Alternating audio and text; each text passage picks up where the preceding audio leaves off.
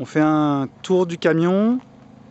Donc la pression des pneus à l'avant, ces pneus d'ailleurs sont neufs, à l'avant est de 70 PSI.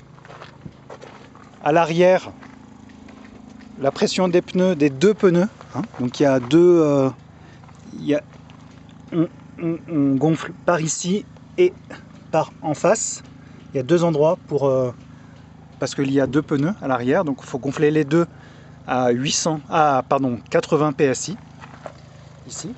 Ensuite sur le côté, on voit que ici se trouve de l'avant vers l'arrière. Ici c'est la trappe pour le chauffe-eau. Pour allumer le chauffe-eau, on met ici le gaz sur pilote. On dépasse un petit peu le pilote et ici on va aller allumer le gaz. On va mettre une flamme exactement là où il y a mon petit doigt, ici, voilà.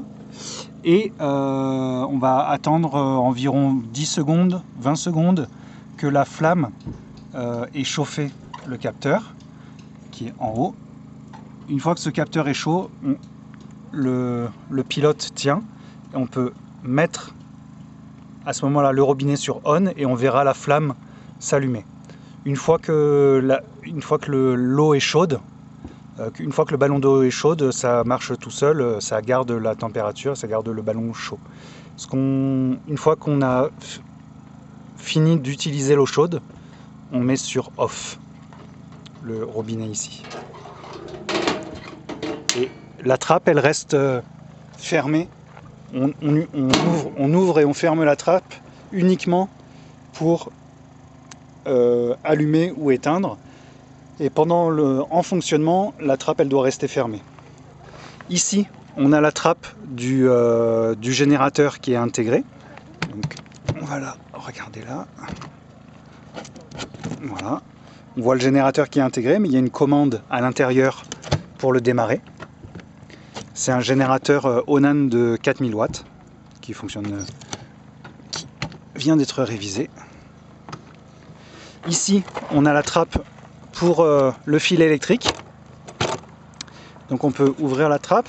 Ici, on voit le fil électrique qui est à l'intérieur. Là, on branche. Lorsque l'on est sur le générateur, on branche la prise comme ceci sur le générateur. Et à ce moment-là, quand le générateur tourne, on a du 110 volts à bord. Et quand on est à l'extérieur, on va brancher cette prise-là sur la prise qui nous est fournie dans les nombreux campsites qui existent. Par défaut, je laisse brancher en permanence. Comme ça, quand j'utilise le générateur, j'ai le 110 volts. Ici, on a le chauffage qui est intégré. Normalement, on n'a pas à intervenir, c'est pour ça qu'il y a des vis. Donc, tout ce qui est chauffage fonctionne à l'intérieur ou à l'extérieur. Fonctionne à partir de l'intérieur, pardon. Ici, on a la machinerie du frigo. Pareil, on n'y touche jamais. Tout ce qui est allumage et extinction du frigo, c'est automatique et c'est à l'extérieur. Ici, on a la trappe de remplissage d'essence. C'est essence sans plomb uniquement. Ici, on a une petite trappe d'accès pour la douche, pour le siphon de douche. Voilà. Ici, on a une trappe de rangement qui est pratique. Et ici, on a la trappe de remplissage d'eau douce pour la réserve d'eau douce qui est à l'intérieur du camion.